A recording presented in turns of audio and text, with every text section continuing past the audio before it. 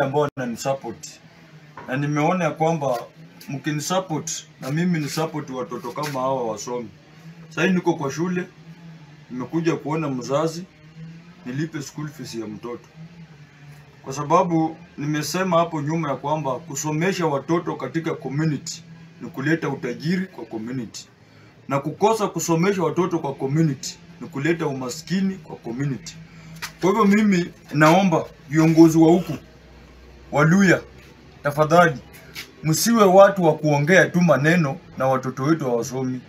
Na mimi nauliza, saa zile mnatoa bursary, MCA, MP, mzee kama huyu ukimnyima bursary, unatarajia ataenda kufanya wapi kazi ili huyu mtoto asome?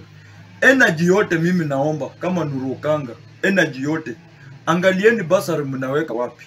Tafadhali angalieni bursary mkitoa mnaweka wapi. Kwa hiyo mimi nika hapa, niko nyumbani na niko na vitu mingi. Mama yangu ni mgonjwa. Huyu mtoto anataka asome, amefukuzwa. Na mimi nilisema kwamba ninapofika nyumbani watu wanakimbia wanakuja nyumbani. Ni kama mimi sasa nimekuwa MP. Mimi si MP. Mimi ni ule kijana tu ambaye diehard wa Raila Amolo Odinga, na nimeamua kwa sababu hiyo Korera ward ni yangu. Na next nimeanza tu next mimi kuna kitu nakuja kufanya hii Korera ward. Na pia niko na project yangu kwa pesa ya mfuko yangu. Shule zikifunguliwa, mwalimu nitarudi hapa, mwalimu anipee wale watoto ambao wajiwezi. Nitakuja hapa na vitabu na kalamu. Ili watoto, unaweza kuta mtoto anatamani kusoma lakini hana kalamu, hana kitabu. Vitu kama hizo naenda kushughulikia mwezi wa 9.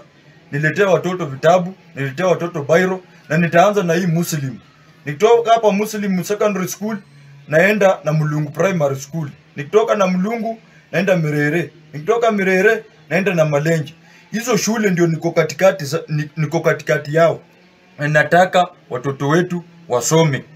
Na hii mlio inaenda kwa viongozi. Tafadhali jukumu yenu msiwe watu wa kukuja kwa mastage. Mnapatia vijana 50 bob. Mnabaia